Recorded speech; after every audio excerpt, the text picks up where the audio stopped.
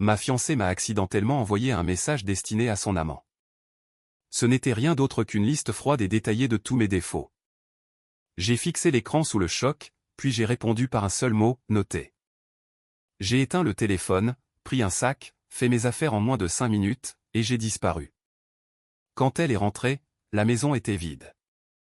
Son monde s'était effondré. Puis, les excuses ont commencé à pleuvoir. Je suis tellement désolé, chers amis. S'il vous plaît, aidez-moi à atteindre les 1000 abonnés. Votre abonnement est très important pour moi. Merci. J'ai 29 ans et, jusqu'à il y a 3 semaines, je pensais avoir ma vie toute tracée. J'étais fiancé à la femme avec qui je partageais ma vie depuis 4 ans. Notre mariage était prévu pour le printemps prochain. Nous venions tout juste de signer chez le notaire pour l'achat de notre maison 2 mois plus tôt. Tout était sur de bons rails. Elle s'appelait Chloé, et je croyais sincèrement qu'elle était la femme de ma vie. Le message est arrivé un mardi après-midi. J'étais assis dans mon bureau à domicile, en région lyonnaise, en train de réviser des rapports quand mon téléphone s'est allumé.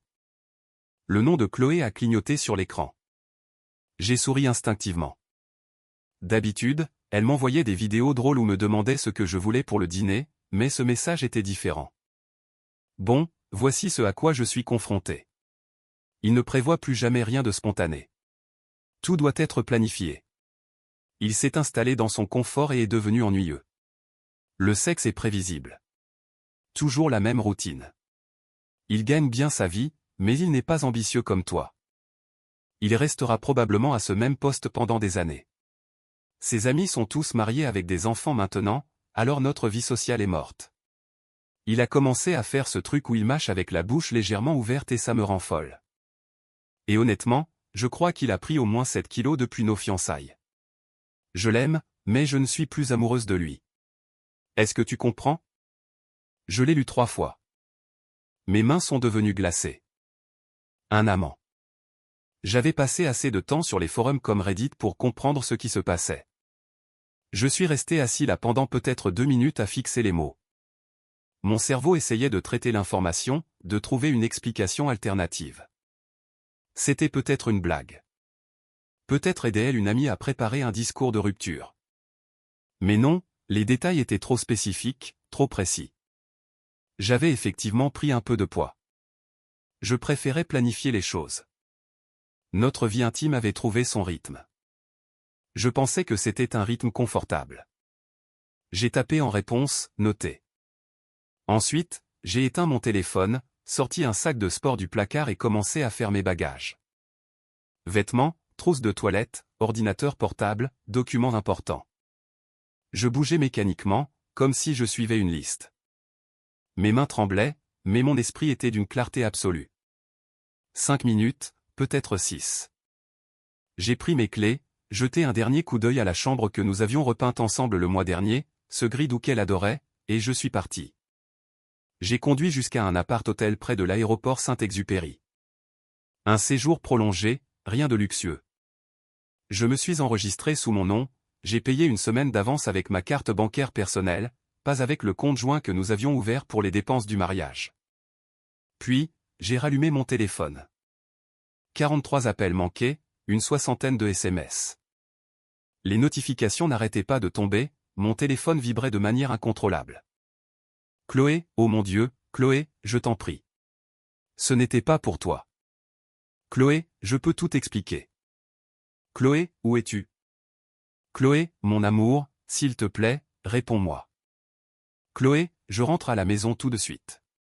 Il faut qu'on parle. J'ai mis le téléphone en silencieux et j'ai plutôt ouvert mon ordinateur portable. D'abord, j'ai changé tous mes mots de passe, email, banque, tout.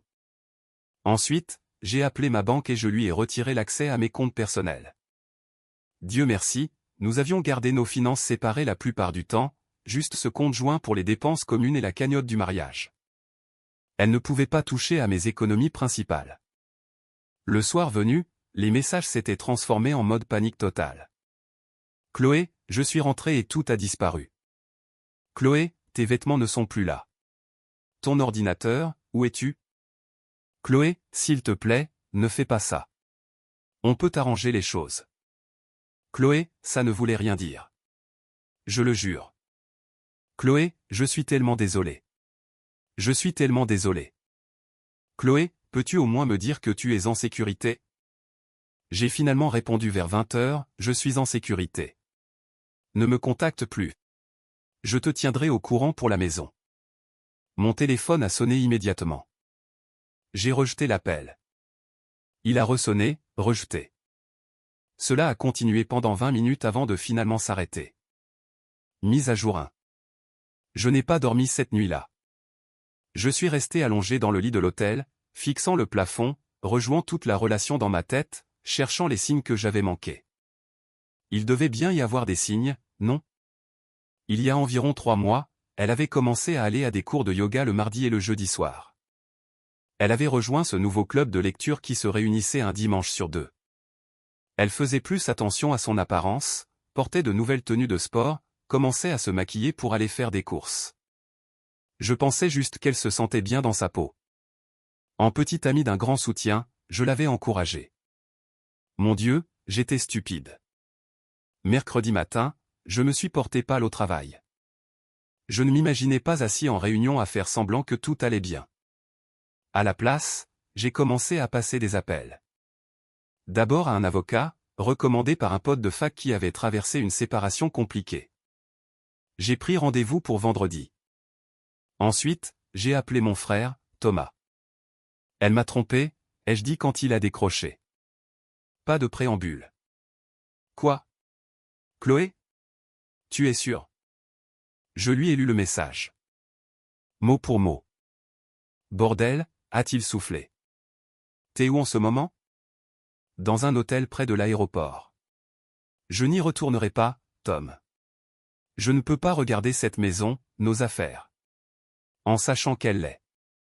Ma voix s'est brisée.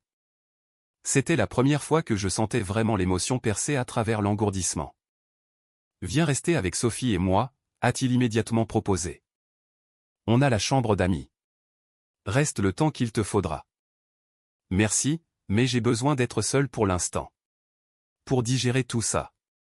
D'accord, mais je suis là à n'importe quelle heure. Tu as besoin que j'aille là-bas pour récupérer d'autres affaires à toi. Pas encore. Je vais m'organiser. Les messages de Chloé ont continué tout au long de la journée. Elle avait changé de tactique. Maintenant, c'était de longs paragraphes décousus sur la façon dont elle avait fait une terrible erreur, comment c'était juste une liaison émotionnelle qui n'était jamais devenue physique. Bien sûr. Comment elle avait été confuse et effrayée par le mariage. Le manuel classique de l'infidèle. Un message est sorti du lot, je sais que ce que j'ai écrit était horrible, mais je me défoulais auprès de quelqu'un qui ne connaît pas notre vrai nous. Tu sais que je ne ressens pas vraiment ça pour toi. J'en faisais juste des tonnes. Celui-là m'a fait rire. Un son amer et creux dans la chambre d'hôtel vide. Elle ne ressentait pas ça. Elle l'avait écrit avec tellement de détails spécifiques, une telle cruauté désinvolte. C'était ça, la vérité. Tout le reste n'était que de la gestion de crise. Jeudi après-midi, sa mère m'a appelé. J'avais toujours bien aimé Brigitte. Nous avions une bonne relation, du moins je le croyais. J'ai répondu, bonjour, Brigitte. Oh, Dieu merci, tu as décroché. Elle avait l'air paniquée. Écoute, je ne sais pas ce qui s'est passé entre vous deux, mais Chloé est complètement hors d'elle. Elle pleure depuis 2 jours d'affilée.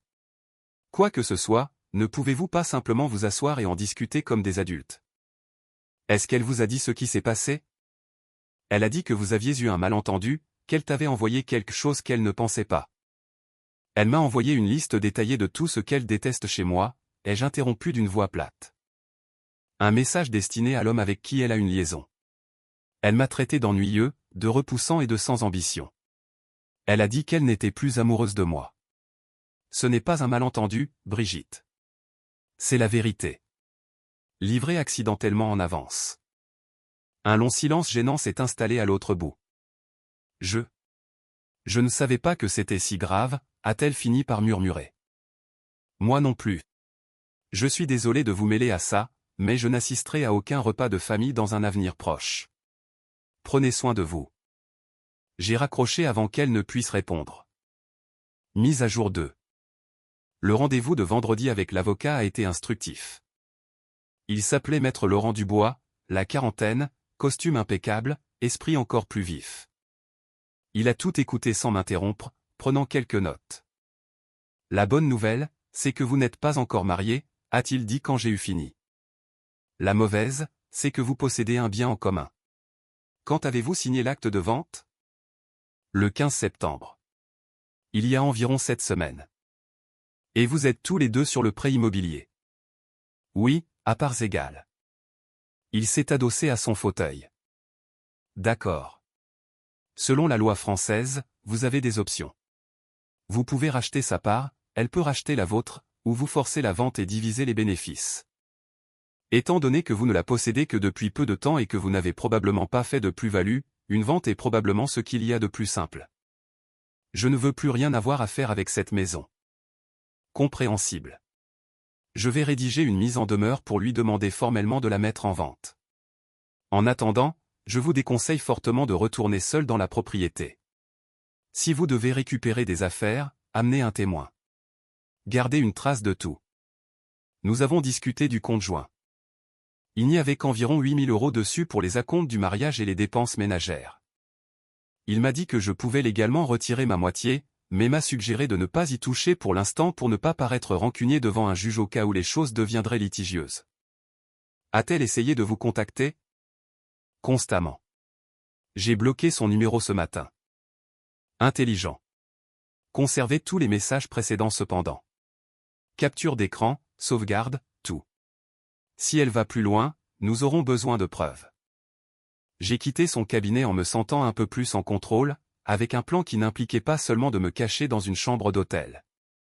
Thomas m'a convaincu de venir dîner chez lui ce soir-là. Sa femme, Sophie, m'a ouvert la porte et m'a pris dans ses bras pour un long câlin. Elle n'a posé aucune question, m'a juste dirigé vers le salon où Thomas m'attendait avec des bières et une pizza. Alors, c'est quoi le plan? A demandé Thomas une fois installé. Les avocats s'occupent de la maison. Elle recevra une lettre formelle la semaine prochaine. Je reste sans contact. Et pour les lieux du mariage, les acomptes, tout ça? Pour être honnête, j'avais oublié le mariage dans le chaos ambiant. Nous avions réservé un domaine viticole, versé des arts à un traiteur, un photographe, un DJ. Mes parents avaient déjà acheté leur billet de TGV. Sa famille prévoyait un dîner de répétition élaboré. Je vais envoyer un email groupé, ai-je décidé. Je vais tout annuler. Le mariage n'aura pas lieu. Les gens pourront tirer leurs propres conclusions. Sophie s'est penchée en avant. As-tu pensé à ce que tu veux dire? Parce que Chloé est probablement déjà en train de raconter sa propre version à vos amis communs. Elle avait raison. J'ai sorti mon téléphone. Je l'avais temporairement débloqué pour vérifier les messages et j'avais trouvé plusieurs SMS d'amis de notre cercle. De Hugo, salut mec, j'ai entendu dire que Chloé et toi traversiez une mauvaise passe. Tu veux qu'on aille boire une pinte? De Camille, Chloé m'a appelé en pleurs. Elle a dit que tu étais parti sans explication. Que se passe-t-il? Elle joue déjà à la victime, ai-je marmonné en montrant le téléphone à Thomas. Alors prends les devants, a-t-il dit.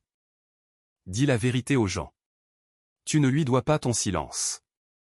Mise à jour 3. Samedi matin, je me suis assis et j'ai rédigé un email. Je l'ai envoyé à toutes les personnes invitées au mariage, y compris aux deux familles. Objet, annulation du mariage. Je vous écris pour vous informer que Chloé et moi ne nous marierons pas. Le mariage prévu pour le 12 avril est annulé. Je m'excuse pour les désagréments que cela pourrait causer, en particulier à ceux qui ont déjà réservé leur transport. La relation a pris fin quand j'ai découvert que Chloé fréquentait quelqu'un d'autre. Elle m'a accidentellement envoyé un message qui lui était destiné, détaillant ses véritables sentiments à l'égard de notre couple. Il n'y aura aucune réconciliation.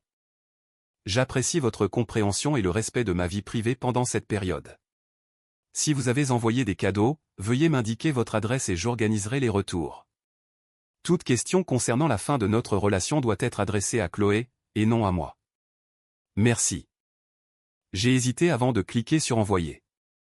Cela semblait dur, public, mais les mots de Sophie résonnaient dans ma tête. Elle contrôlait déjà le récit. C'était la vérité, pure et simple. Envoyer. En moins d'une heure, mon téléphone a explosé. Cette fois, pas de Chloé, mais de tout le monde. Amis, famille, cousins. Des anciens potes de fac à qui je parlais à peine. Les réactions allaient du soutien au choc, en passant parfois par l'incrédulité. Mon père m'a appelé. Fiston, je viens de recevoir ton email. Es-tu absolument certain de tout ça? Je suis certain de ce que j'ai lu, papa. Elle me trompait émotionnellement au minimum, et peut-être physiquement. Elle s'est fait prendre. Ta mère a le cœur brisé. Elle aimait beaucoup Chloé. Moi aussi. C'est pour ça que c'est un cauchemar. Vous avez besoin de quelque chose? D'argent? Un endroit où rester?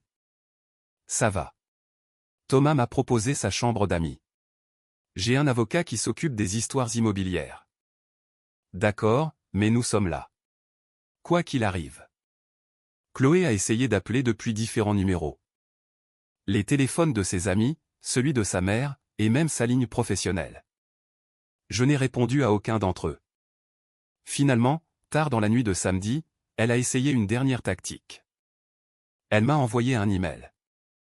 Je sais que tu m'as bloqué partout, mais s'il te plaît, lis ceci. J'ai fait une énorme erreur. Son nom est Maxime. Il est manager dans ma boîte. Ça a commencé comme une simple conversation amicale sur le stress au travail. Puis c'est devenu plus. Nous n'avons jamais couché ensemble. Je te le jure sur tout ce que j'ai.